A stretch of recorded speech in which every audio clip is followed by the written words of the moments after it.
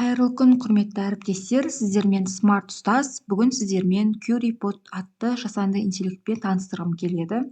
Ең әуелі Google'дың іздеу жолағына QReport деп жазамыз.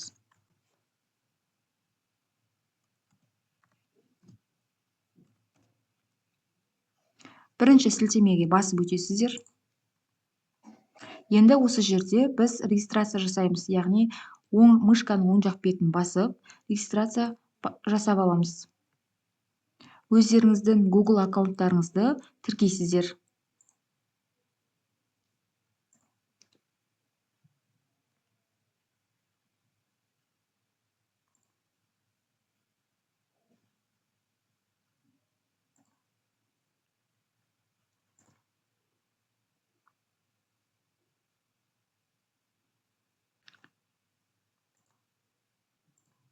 Келесі бізде Google аккаунтпен тіркелді. Енді өзімізге қажет сабақ жоспарын осы жерде құрып аламыз. Мына жерде тұрған жаңа батырманы басамыз плюсикті. Осы жерге сабақтың тақырыбын жазасыз.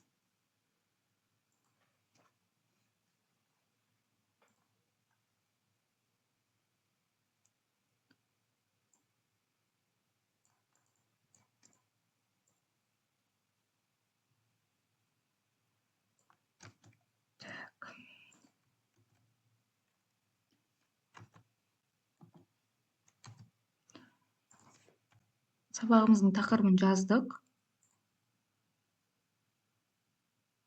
Бізге сабақ жоспары керек, яғни полный урокты басасыздар. Келесі кетіру батырмасын басамыз, яғни жасанды интеллект бізге қазір сабақ жоспарын құрып береді. Сабақ жоспарының презентациясын құрып береді.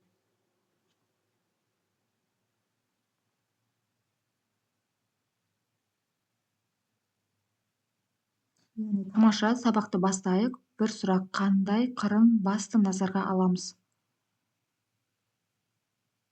С дейік.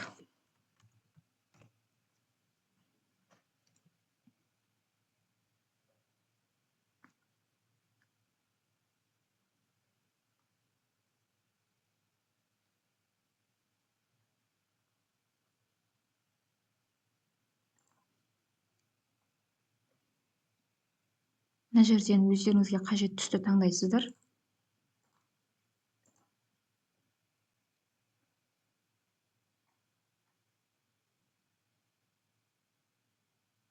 Бұл процесс 2-3 минут уақыт алуы мүмкін.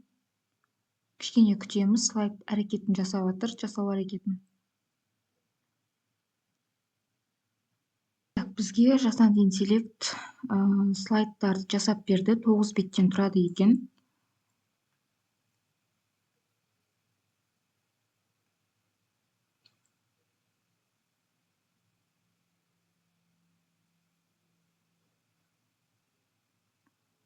Бізге ең бірінші сабақтың тақырыбын ашуға байланысты осындай сұрақ ұсынған. Одан кейін сабақтың мақсаты кеткен. Одан кейін нұсқау, яғни бастайық. Ауксин туралы ақпарат, сабақтың тақырыбына байланысты түсіндірме ақпараттар, өсіргіш заттар туралы. Енді ана жерде сабақ ұзаруына қатысты ауксин мен гибридінің ұқсастықтары және де айырмашылықтарын толтыр. Ана жерде Вен диаграммасы берілген. Осыны оқушылар жұптық жұмыс ретінде орындаса болады. Келесі сабақтың өсуі және де өнуі туралы ақпараттар берілген. Қосымша әсерлер берілген. Ауксин мен гибридін салыстыру мақсатында 2 шындық, 1 өтірік, яғни бала оқып отырып, осы жаңағы түсіндірген ақпарат бойынша өзінің кері байланысын тапсырма түрінде сразу беріп кете алады. Келесі әлі де жасалып жатыр біздің слайдымыз. Гибридінің ақпараттары, яғни сабақтың тақырыбына қатысты.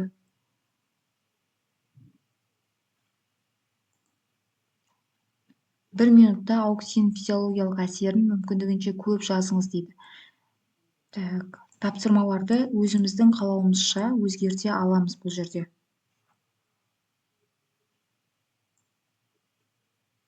Ауксин мен гибридин сабақ ұзарту және де тұқым өнуінде қалай әртүрлі рөл атқарады. Екі филологиялық әсер мысалын қос дейді. Мына жерде оқушыларға топтық жұмыс ретінде ұсынуға болады екен мына тапсырманың өзін. Так, мына жерде жеке тапсырма кері байланыс негізде қалай жақсарасыз? Салыстыр анық, түсінікті жаз, дәлелін күшейт, мысал қос дейді. Так, егер тапсырмалар ұнамайтын болса, өзіңіз тапсырманы ауыстыра аласыз.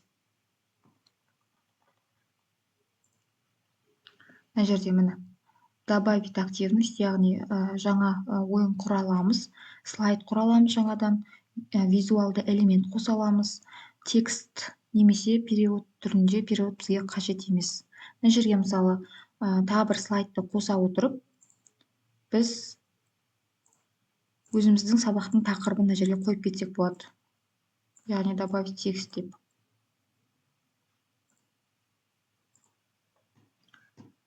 Өйткені сабақтың тақырыбы әрқашан жазылуы қажет.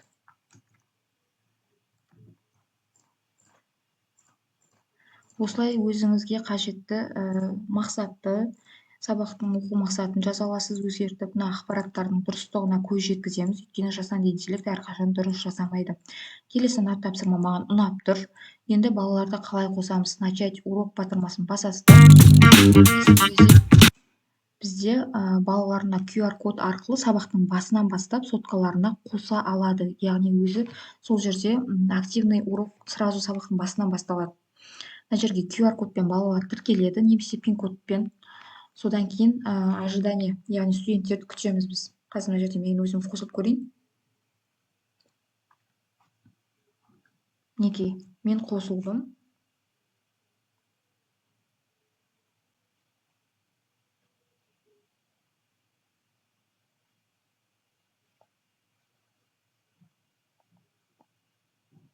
Енді пуск батырмасын бассақ, бізде сабаққа жөнелтеді. Мінекей, соткадан шығып тұрады балалардың әрқайсысына.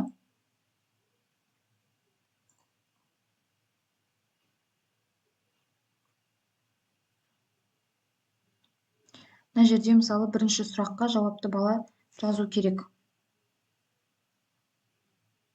Так, мен әшерге мысал ретінде жазайын.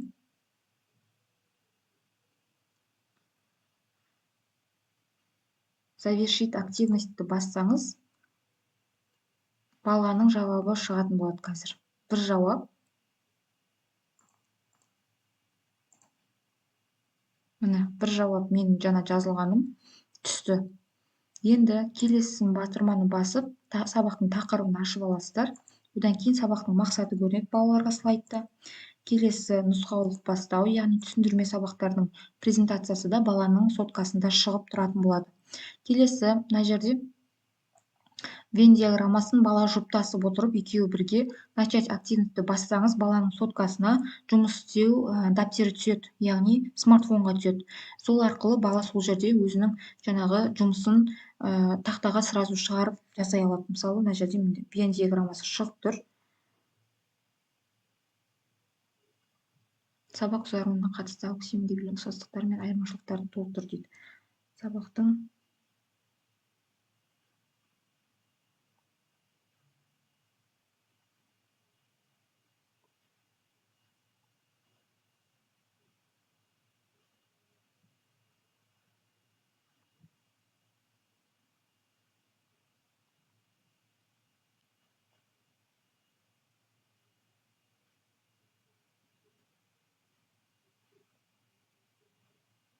қазір жазайық.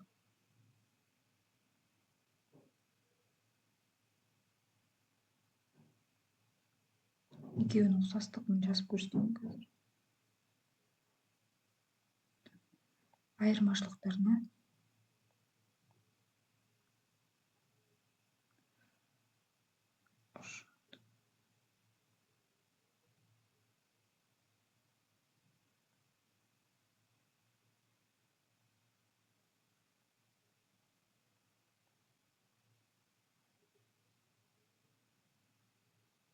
сабмит.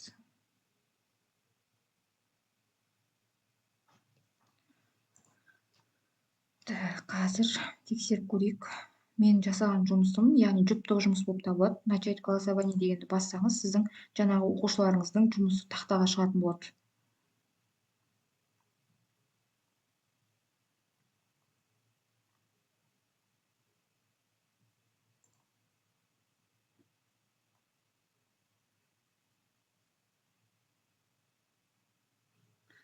Неге показать все дегенді бассақ, міне мынау жаңағы менің жазған жұмысым. Міне екеуінің ұқсастығы, екеуі де фитогормон, біреуі мынау ауксин, ұшында орналасқан сабақтың келесі өсімдіктің ұшын өсіретін, келесісін жазып үлгерген жоқпыз. Мысал ретінде сіздерге көрсетіп жатырмын. Осылай бала өзі жұмысын жаңағы соткада, яғни ұялы телефонды тиімді қолданудың жолы болып табылады. Бұл сабақ өткізу форматы. Келесі мына жерге екінші, мына жерге үшінші, болмаса тағы да жұптар өз жұмысын ұсынып қоя алады. Енді мен бір өзім сіздерге көрсетіп жатқан соң бірақ жұмыс шығып тұр. Келесі екінші, одан кейін сабақтың өсуі туралы ақпараттар кетеді. Түсіндірме материалы, одан кейін екі шындық және де бір өтірік.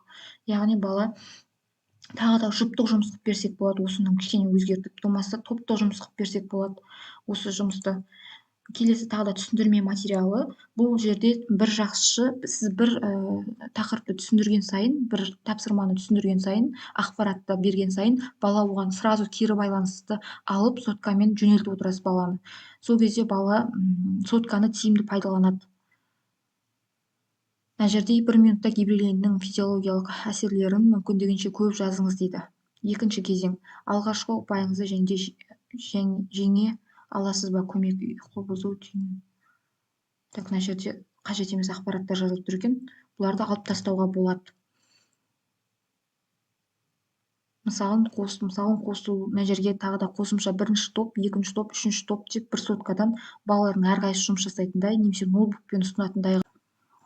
Так, енді сабақ аяқталғаннан кейін біз әр студентке жұмыс жасағанына байланысты балл қоя аламыз. Мысалы, мен жаңа кірдім, міне Айман деп. Сабаққа кірген кезде біздің балалардың аты жөні жаңа ағылшынша есімдермен тұрды. Яғни фейк атаулармен берілді. Енді сабақтың соңында сіздер мына жерде балалардың әрқайсысы шығады. Мысалы, 24 оқушы болса, 24 оқушының аты жөні, оларға сабаққа қалай қатысты, осылай жасанды интеллект өзі бағалап кетеді. Одан кейін студенттер деп тұр.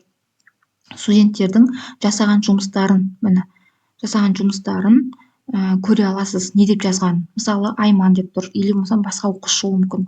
Мысалы, бірінші сұраққа қалай жауап берді, не деп жауап берді? Дұрыс жауап берді ме, дұрыс емес жауап берді ме? Сіз әрқайсысын оқып шығып, солай бағалап өтесіз. Мына жерде екінші тапсырмасында қалай жауап берді бала? Әрқайсысы өзі шығып тұрады. Балымен, мысалы, мына жерде маған балды жасанды интеллект өзі қояды. Активностьке барсаңыз, мына жерде слайдтардың ішін әрқайсысын жеке-жеке көрсетеді. Мысалы, бізде мына жерде түсіндірме слайд болды, одан кейін жұптық жұмыс болды. Жұптық жұмыста, мысалы, Айман деп тұрды.